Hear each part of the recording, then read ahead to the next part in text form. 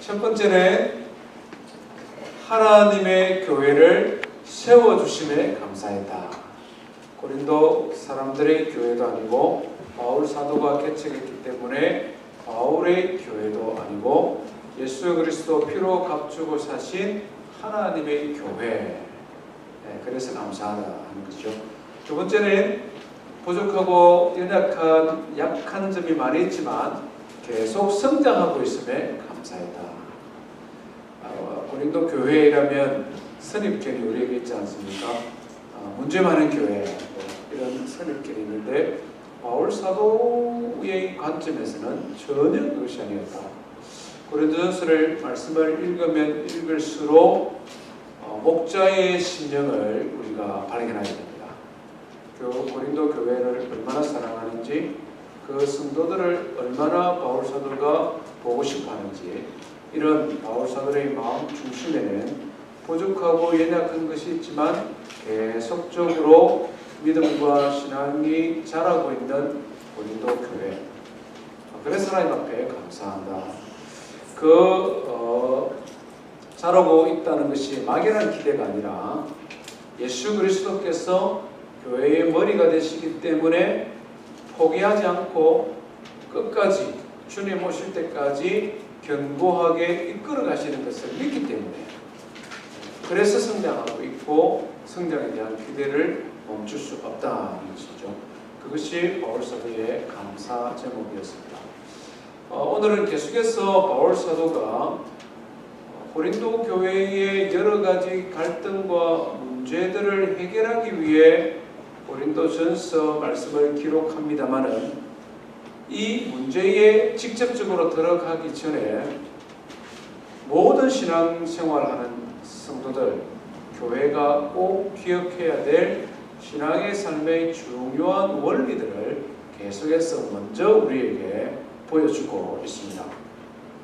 문제를 부각하기보다 그 문제의 해결의 열쇠가 되는 제일 중요한 기초들, 그것을 먼저 우리에게 제시하고 있는데요. 문제보다 앞서는 신앙의 원리, 하나님 알아가는 그날까지 우리가 생명처럼 붙들어야 될 것이 뭔가 하는 것이죠. 그것을 한 가지 더 살펴보기를 원합니다. 오늘 하나님 말씀은요, 고린도전서 1장인데 1장 10절부터 18절 말씀, 그리고 2장 1절부터 5절 말씀까지 우리가 교도록을 하겠습니다. 성경을 읽으시면서 문제보다 앞서는 것이 뭔가, 끝까지 붙들어야 될 신앙의 원리 뭔가 생각하면서 우리 한 절씩 한번 교도록하겠습니다. 10절입니다. 형제들아, 내가 우리 주 예수 그리스도의 이름으로 너희를 권하노니 모두가 같은 말을 하고 너희 가운데 분쟁이 없이 같은 마음과 같은 뜻으로 온전히 합하라. 형제들아, 너희 지성으로 너희에 대한 얘기들이니 곧 너희 가운데 분쟁이 없으라. 내가 이것을 말하거니와 너희가 각각 이르되 나는 바울에게, 나는 아볼로에게, 나는 게바에게, 나는 그리스도에게 속한 자라 한다는 것이, 그리스도께서 주님을 바울을 위하여 십자가에 못 박히시며 바울의 이름으로 너희가 세례를 받았느냐. 나는 그리스도와 가이오 외에는 너희 중 아무에게도 내가 세례를 베풀지 아니한 것을 감사하노니, 이는 아무도 나의 이름으로 세례를 받았다 말하지 못하게 하려 함이라.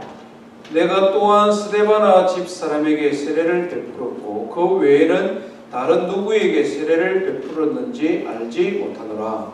그리스도께서 나를 부르시면 세례를 베풀으라고 하시나요? 오직 복음을 전하게 하시는데 나를 제어하지 아니하면 그리스도의 십자가가 회개하게 하시나요? 같이 읽습니다. 십자가의 도가 멸망하는 자들에게는 미련한 것이요 구원을 받는 우리에게는 하나님의 능력이라. 아멘. 우리 2장 1절부터 5절 말씀도 한 절씩 교독합니다. 형제들아, 내가 너희에게 나아가 하나님의 증거를 전할 때에 말과 지혜의 아름다운 것으로 아니하였나니, 내가 너희 중에서 예수 그리스도와 그가 십자가에 못 박히신 것 외에는 아무것도 하지 아니하리로 작정하였습니다. 내가 너희 가운데 거할 때에 약하고 두려워하고 심히 떨었노라. 내 말과 내 전도함이 선생님을 주의 전달과 같이 하고 다만 성령이 나타나신 바와 능력으로 하여 같이 읽습니다. 너희 믿음이 사람의 지혜에 있지 아니하고 다만 하나님의 능력에 있게 하려 하였노라. 아멘. 예, 신앙의 삶에 있어서 우리가 붙들어야 되는 가장 중요한 원리에 대해서 바울 사도는 하나가 되는 것, 한 마음, 한 뜻, 한 생각, 하나됨에 대하여 강조하고 있습니다. 오늘 우리가 읽은 10절 말씀에 그렇게 기록을 하고 있죠. 똑같은 의미를 가진 다른 단어들을 4번 연속해서 사용을 하고 있습니다. 10절 말씀을 한번 보시면요. 같은 말을 하고 같은 마음과 같은 뜻으로 온전히 합하라. 이 다 똑같은 말이거든요. 말하자면 한마디로 말하면 하나가 되어라 이 말씀이죠. 여기서 특별히 강조되어지는 온전히 합하라 이 말은 우리가 조금 살펴볼 필요가 있는데요. 헬라어로서는 이것을 카타르티조라는 단어를 사용하고 있습니다. 카타르티조. 여러 용도로 사용했는데 의학 용어로도 사용했습니다. 어긋난 뼈를 바로 맞추다 이런 뜻을 가지고 있습니다. 어긋난 뼈를 바로 맞추다. 우리 성도님들 어릴 때든지 아니면 어떤 사고 때문에 뼈가 부러져 본 적이 있습니까?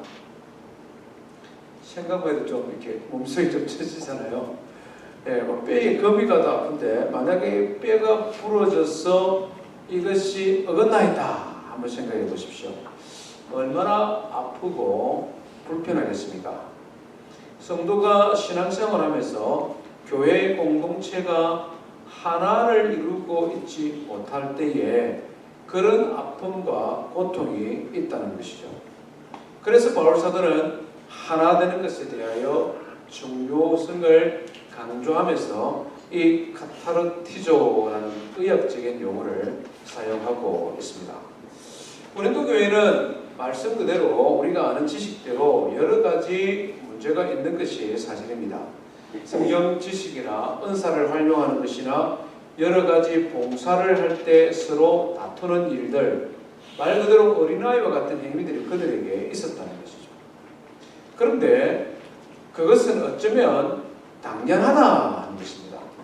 교회에 여러 가지 약한 점이 드러나면 당연하다 이렇게 생각하는 것이 제일 성경적입니다. 왜냐하면 지난주에 우리 살펴본 것처럼 고린도 교회는 이제 개척하고 한 5년 정도 되어가는 시점이다 하는 것이죠. 그것도 헬라 문화, 아주 퇴폐와 향락이 극도로 달아있던 고린도 지역에 세워진 교회, 어린아이처럼 성장하는 과정에 있다는 것입니다. 우리 자녀들이 자라면서 완벽하기를 기대하는 부모가 있다면 그것은 부모의 잘못입니다.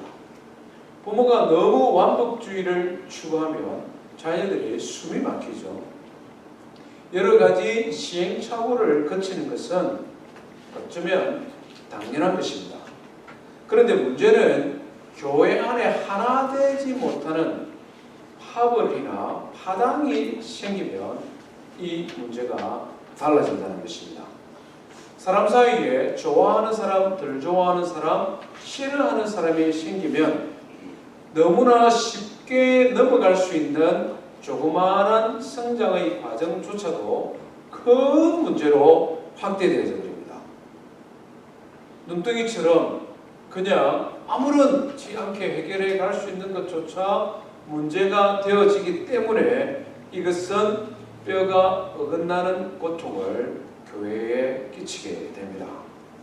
그래서 바울 사도는 여러 가지 난제들, 우리가 3장 이후 16장 보고까지 가면 고린도 교회의 여러 가지 연약한 점들을 구체적으로 다루게 되는데 그 모든 연약한 점들을 일어날 수 있는 문제고 해결 가능한 약한 점인데 그것이 수습되지 못하는 가장 큰 원인으로 교회의 하나 되지 못함을 지금 지적하고 있는 것입니다. 그러면 어떻게 하나가 될 수가 있겠습니까? 한 가지 생각, 같은 말을 하고 같은 마음으로 온전히 합하라 라고 말씀하는데 어떻게 온전히 하나가 될 수가 있을까요? 무엇을 중심으로 하나가 되어야 됩니까? 어떻게 하나가 될 수 있는가? 이것이 실제적인 문제죠. 오늘 우리가 읽은 13절 말씀에 보면 너무나 분명히 우리가 하나 되어야 될 것에 대하여 기록을 합니다. 13절 한번 같이 읽어볼까요? 시작. 그리스도께서 어찌 나뉘었느냐? 바울이 너희를 위하여 십자가에 못 박혔으며 바울의 이름으로 너희가 세례를 받았느냐? 반문하고 있는 것입니다. 예수님은 절대 나뉘어질 수 없는 유일한 구원자가 되신 하나님의 아들 예수 그리스도께로 다시 돌아오라. 예수님의 변함없는 말씀으로 돌아오라. 예수님 중심으로 하나가 되어라. 이 말씀입니다. 지난주에 말씀드린 것처럼 고린도는 아테네의 영향을 받아 철학이 굉장히 왕성하게 발달을 했습니다. 세상의 학문, 세상의 철학의 특징 중에 하나는 사람들 중심으로 철학의 사조가 발달해 간다는 것입니다. 우리가 잘 아는 대로 성경에도 나오죠. 에피쿠로스 학파, 스토아 학파, 피타고라스 학파, 이런 학파가들이 있지 않습니까? 세상의 학문의 특징은 그 학문의 기초를 놓고 이론적 체계를 넣은 사람을 중심으로 파가 나뉘어질 수밖에 없습니다. 왜냐하면 진리가 아니기 때문에 그렇습니다. 사람들이 생각하고 연구하는 자기의 관심 분야에 따라 지극히 다양한 견해들이 만들어지고 그것이 학문적인 체계를 이루어질 수 있는 것이 세상의 학문이기 때문에 그렇습니다. 고린도 교회의 성도들은 지금까지 오랜 세월 동안 이런 세상의 철학의 영향을 받다 보니까 신앙생활을 하고 난 다음에도 예수님을 따르면서도 이 세상의 영향을 벗어나지를 못하는 것입니다. 말씀 그대로 나는 바울에게 세례를 받았으니까 바울파, 나는 베드로에게 영향을 받았으니까 베드로파. 무슨 소리 하느냐? 아볼로가 훨씬 더 인격적이다 이러면서 아볼로파. 말 그대로 세상의 철학이 하는 것처럼 자꾸 사람 중심으로 모이려고 하는 그런 성향들이 교회에 있었다 하는 것입니다. 바울 사도는 이 모든 것들을 다 내려놓고 예수 그리스도 그분이 우리에게 가르쳐 주신 하나님의 말씀이 무엇이냐 그것을 중심으로 다시 돌아오라 이렇게 말씀합니다. 예수님이 가르쳐 주신 가르침의 핵심이 뭡니까? 오늘 우리가 읽은 18절 말씀이죠. 십자가의 도가, 이 십자가의 복음, 예수 그리스도께서 가르쳐 주신 말씀이 뭐냐 이 말이죠. 십자가의 도가 멸망하는 자들에게는 미련한 것이요 구원을 받는 우리에게는 하나님의 능력이다. 예수 그리스도의 십자가 아래로 다시 하나가 되어라 이 말씀입니다. 문제보다 앞서는 것은 예수 그리스도의 십자가다 이 말씀입니다. 일반적으로 교회나 성도들에게 문제가 생기면 우리는 어떻게 이것을 해결해 갑니까? 보통 그렇습니다. 문제를 해결하기 위해 그 문제에 집중하게 됩니다. 사람을 만나고 시시비비를 가르기도 하고 화해를 시키기 위해 중재하기도 하고 어떻게든 해결 방안을 찾으려고 그 문제의 원인을 막 찾습니다. 그러다가 잘 해결이 안 되면 그 다음에는 뭐 합니까? 개인적으로 찾아다니고 사람도 만나고 중재도 하고 하다가 안 되면 회의를 하죠. 회의를 합니다. 지금까지 신앙생활 해온 경험을 따라서 전통을 우리 교회의 전통은 뭐 이렇고 또 지금까지 해온 관례는 이렇고 그것도 잘 안 되면 그 다음에는 이제 법으로 넘어가죠. 교단 헌법에 의하면 이러면 이제 그때부터는 절대 문제 해결 안 됩니다. 문제 해결은 고사하고 그때부터 큰 시험에 빠지는 것을 보게 됩니다. 바울 사도가 우리에게 보여주는 교회의 소위 말하는 문제를 해결하는 방법은 문제에 집중하는 것이 아니라 그 문제보다 더 앞서는 것이 있는데, 하나님의 교회는 뭐냐 하는 것이죠. 지난주에 우리가 살펴본 것처럼 교회의 정체성을 다시 한번 새롭게 하자. 하나님 말씀으로 돌아가는 것이죠. 오늘 우리가 말씀드리는 것은 뭡니까? 예수 그리스도의 십자가로 다시 돌아가자.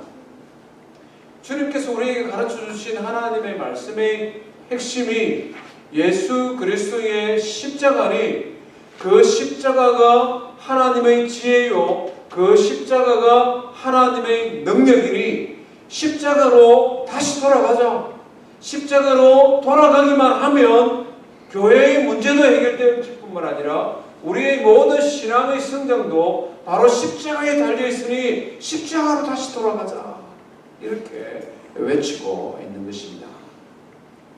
바울 사도가 진단하고 있는 개인과 교회의 문제의 원인은 십자가를 잃어버렸다는 것입니다. 우리 신앙이 성장하지 않거나 신앙의 회의가 생기거나 소위 말하면 우리가 시험 들었다 이런 말을 하잖아요. 사실 이것은 종합적인 이유가 있습니다. 뭐 하나 때문에 사실은 시험 들고 그렇지 않습니다. 다양한 이유들이 있는데 그 이유가 무엇이든지 간에 제일 뿌리는 예수 그리스도를 잊어버렸다. 예수 그리스도의 십자가를 잊어버렸다. 종합적으로 각기 다양한 이유에 의해서 조금 큰 이유가 있고 좀 작은 이유가 있을 수 있겠지만 가장 근본적으로 파고 들어가면 개인과 교회 공동체가 시험에 들거나 문제가 생기는 근본적인 원인은 어디에 있느냐? 예수님을 잊어버렸다. 예수 그리스도의 십자가를 잊어버렸다. 그래서 바울 사도는 다른 문제를 말하기 이전에 예수님께로 다시 돌아가자. 예수님께서 우리에게 가르쳐 주신 십자가의 도로 다시 돌아가자. 이것을 강조하고 있는 것입니다. 십자가의 도가 뭐길래 교회의 문제를 해결하는 열쇠요, 우리의 신앙의 성장에 해결하는 하나님의 지혜요, 능력입니까? 십자가가 무슨 능력이 있습니까? 우리 영화 보면 그렇잖아요. 이게 뭐 드라큘라 나오면은 십자가 막 이러면은 그게 안 통하는 것도 다 알죠. 우리 십자가 아무리 해도 소용없습니다. 십자가가 왜 하나님의 지혜요 능력일까? 많은 것을 이야기할 수 있지만 저는 짧은 시간에 두 가지만 이 본문을 중심으로 말씀드리고 싶습니다. 예수 그리스도 십자가가 왜 하나님의 지혜요 능력이냐? 예수님의 십자가는 우리에게 죄가 무엇인지를 가르쳐 주기 때문에 그렇습니다.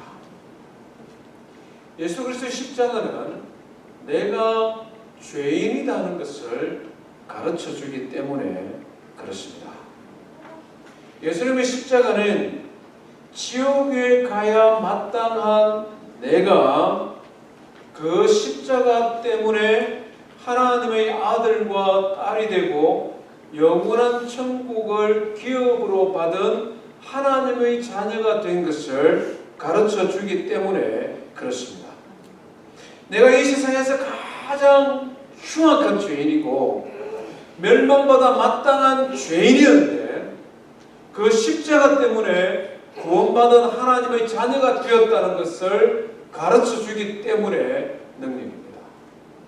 예수님의 십자가를 우리가 깊이 묵상하고 의미를 알게 되면 하나님과 우리 사이의 관계, 사람과 우리 사이의 관계가 근본적으로 바뀌어질 수밖에 없습니다.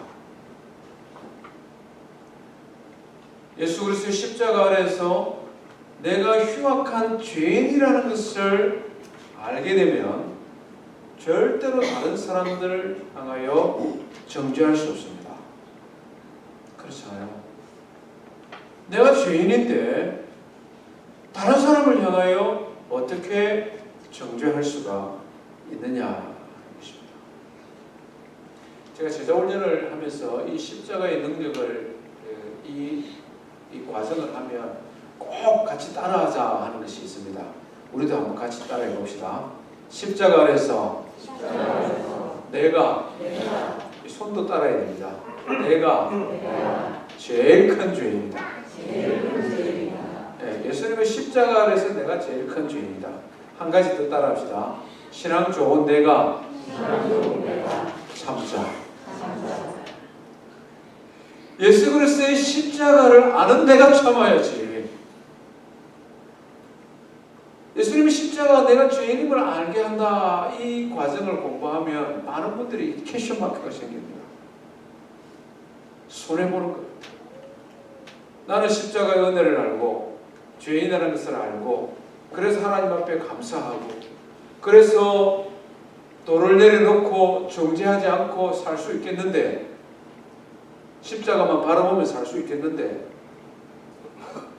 십자가를 모르고 지 맘대로 사는 남편을 바라보니까 열이 받치는 거야. 지가 더 잘못했는데 죄인인 내가 참아야 되니까.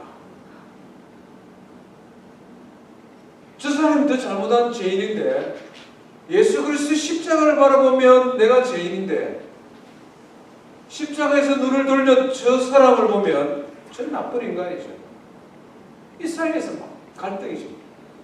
이 사이에서 주님의 십자가를 바라보며 내가 제일 큰 죄인이요 구원받은 하나님의 은혜에 감사할 것밖에 없는데 눈을 돌려 사람을 바라보면 나보다 저 사람이 더 나쁜 죄인이요 나는 십자가의 은혜를 아는 죄인인데 은혜도 모르고 지 맘대로 날뛰니까 내 더 손해보는 거예요.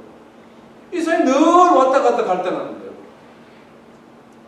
사랑하는 성도 여러분, 우리가 신앙생활 하면서 꼭 넘어야 될 고비가 있는데 이걸 넘어야 됩니다. 예수님의 십자가를 바라보면 끝까지 주의 십자가를 바라보고 그 십자가 아래서 죄인인 나를 용서하시고 구원하신 하나님의 은혜의 자리로 나아가야 되는데 계속해서 우리는 그 십자가를 바라보다가 사람을 바라보다가 십자가 사람 왔다 갔다 하다가 쉬게 된다는 것입니다. 실제 그렇지 않습니까? 예수님의 십자가는 우리가 세례받을 때에 세례 문답할 때에 나는 죄인입니다 고백하는 그때만 필요한 것이 아니라 우리의 신앙의 삶 내내 하나님 나라가는 그날까지 우리가 제일 앞세워야 될 것입니다. 처음 세례받을 때에 죄인인 것을 알고 하나님 앞에 회개하고 성도들을 바라보면 어떻습니까? 전부 다 나보다 선한 사람처럼 보이잖아요. 나보다 거룩한 사람처럼 보이잖아요. 그래서 교회는 참 좋은 사람들, 착한 사람들만 있는 줄 알고 신앙생활 하다가 조금 지나면 사람들의 결점도 허물도 단점도 보이기 시작하지 않습니까? 그러다가 어떤 사람은 너무 빨리 실족해버리는 사람도 있고 어떤 사람은 신앙생활 저렇게 할 바야 왜 신앙생활 하냐 나는 잘해야지 이러면서 노력하는 사람도 있습니다. 그러다 조금 더 신앙생활 하면 어떻습니까?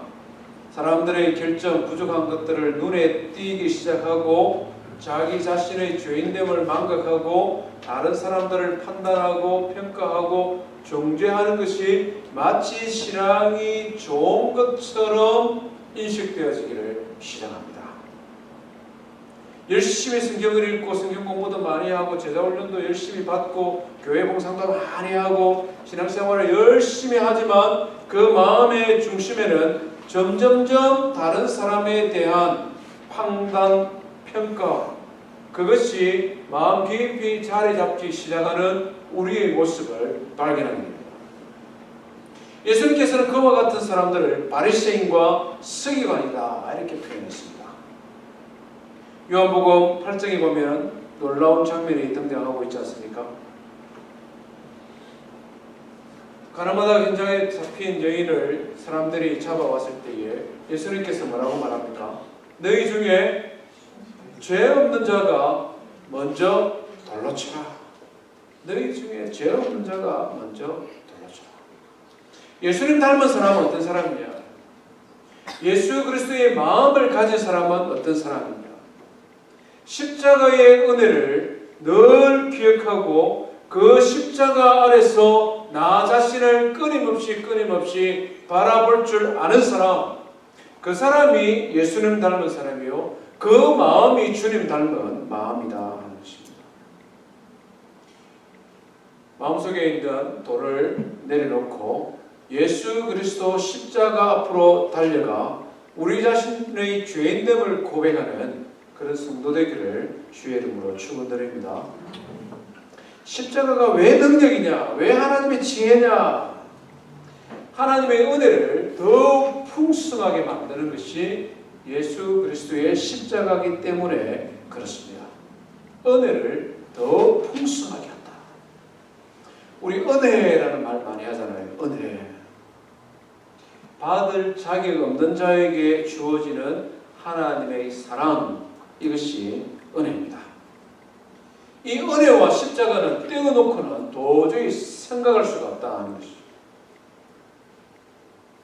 예수 그리스도의 십자가를 묵상하며 묵상할수록 우리는 하나님의 은혜가 실로 크고 놀라운 것을 더 깊이, 더 넓게, 더 많이 알게 된다는 것입니다. 어떤 분들이 천국에 가면 놀랄 게 많다 이렇게 말씀을 했는데요. 천국에 가면 놀랄 게 많은데 그 중에 하나가 뭐냐면 하나님께서 우리에게 주신 가장 큰 복에 대한 나의 생각이 틀렸구나 하는 것을 깨닫게 된다는 것입니다. 우리 성도님들은 하나님께서 나에게 주신 가장 큰 은혜와 복을 무엇이라고 생각하십니까? 많은 성도님들이 사랑하는 아내와 남편이 하나님께서 나에게 주신 제일 큰 복이다 이렇게 생각하고 살아가시죠? 아니십니까? 저는 그렇게 생각하고 살아갑니다. 그렇게 생각하려고 굉장히 애를 많이 씁니다. 말 잘 듣는 자녀가 하나님 나에게 가장 큰 복이다. 물질의 축복이 하나님께서 나에게 주신 가장 큰 복이다. 우리가 여러 가지 생각할 수 있다. 개인에 따라서. 그런데 천국에 딱 들어가면 제일 먼저 알게 되는 하나님께서 나에게 주신 가장 큰 복이 뭐냐? 죄 용서의 복이다. 죄 용서의 복. 나와 나처럼 죄 많은 인생이 이 거룩하신 하나님의 집에 어떻게 내가 여기 이곳에 이 영광스러운 곳에 오게 되었을까? 제일 큰 은혜와 복이다. 예수님의 십자가로 말미암아 죄 용서의 은혜가 우리에게 임하는 줄 믿으시기를 바랍니다. 그렇잖아요. 하나님은 우리에게 주신 물질의 복, 건강의 복, 성공의 복, 자녀의 복, 배우자의 복, 좋은 부모의 복, 우리 이 땅에서 살아가는 하나님이 우리에게 주시는 많은 은혜와 복이 있는데 그 중에 가장 근본이 되면서 가장 큰 복이 뭐냐? 죄 용서의 복이다. 제가 그냥 주장하는 것이 아니라 성경이 계속 지속적으로 이것이 가장 크고 놀라운 하나님의 은혜라는 것을 강조하고 있지 않습니까? 로마서 5장 8절에 바울 사도가 고백하죠. 우리가 아직 죄인 되었을 때에 그리스도께서 우리를 위하여 죽으심으로 우리를 향한 하나님의 사랑을 확증하셨다. 우리 죄를 대신하여 예수 그리스도께서 십자가에 달려 죽으시는 것이 하나님의 사랑에 대한 이 보정이다. 보정. 확정했다. 사랑의 사도라고 하는 요한 사도도 똑같은 말을 우리에게 고백하지 않습니까? 하나님의 사랑이 우리에게 나타난 바 되었는데 그 사랑이 뭐냐? 하나님이 자기의 독생자를 세상에 보냈음은 그로 말미암아 우리를 살리려 하심이라. 예수 그리스도를 이 땅에 보내어서 화목 제물로 우리를 대신하여 죽게 하심으로 말미암아 우리가 하나님의 자녀가 되고 죄 용서함을 받아 영원한 천국 가게 된 것, 이것이 우리를 향한 하나님의 사랑이다, 이렇게 강조하고 있습니다. 죄는 내가 지었는데 나를 대신하여 십자가에 달려 주님이 죄값을 치름으로 말미암아 죄 용서받게 된 것, 이것이 이 땅에서 누릴 하나님의 자녀들의 가장 큰 은혜요 복이다라는 것을 강조하고 있습니다. 이 사실을 알게 되면, 이 사실을 그냥 지식적이 아닌 우리의 삶의 경험으로 알게 되면 하나님과 우리와의 관계, 이웃과 우리와의 관계는 근본적으로 달라질 수밖에 없다 하는 것입니다. 그래서 바울 사도는 예수 그리스도의 십자가가 하나님의 지혜요 하나님의 능력이다, 이렇게 말씀하고 있습니다. 고린도 교회는 어떤 이유에서인지 이 예수 그리스도의 십자가를 잊어버리고 말았습니다. 은혜로 구원받은 성도들의 공동체가 하나님의 은혜를 잃어버리니까 교회 안에 문제가 생기기를 시작하는 것입니다. 이것은 고린도 교회뿐만 아니라 오늘 이 시대를 살아가는 우리 개개인의 신앙, 우리 교회 역시 마찬가지입니다. 우리의 믿음이 연약해지고 있습니까? 내 마음속에 하나님의 은혜가 점점점 약해져가고 희미해져가는 것 같습니다. 사람에 대해서 점점점 실망하는 것도 많은 것이고 사람에 대한 상처들이 많아지고 가고 있습니까? 여러 가지 이유들이 있을 수 있겠지만 예수 그리스도의 십자가로 다시 한번 돌아가 봤으면 좋겠습니다. 주님께서 우리에게 은혜로 주신, 우리를 구원하신 그 하나님의 사랑과 하나님의 풍성한 은혜는 예수 그리스도의 십자가로 말미암아 완성되어졌습니다. 저 우리 모든 성도님들의 신앙의 삶 속에서 풍성한 십자가의 은혜를 누리기를 주의 이름으로 축원드립니다. 우리 말씀 기억하며 함께 찬송하십시다.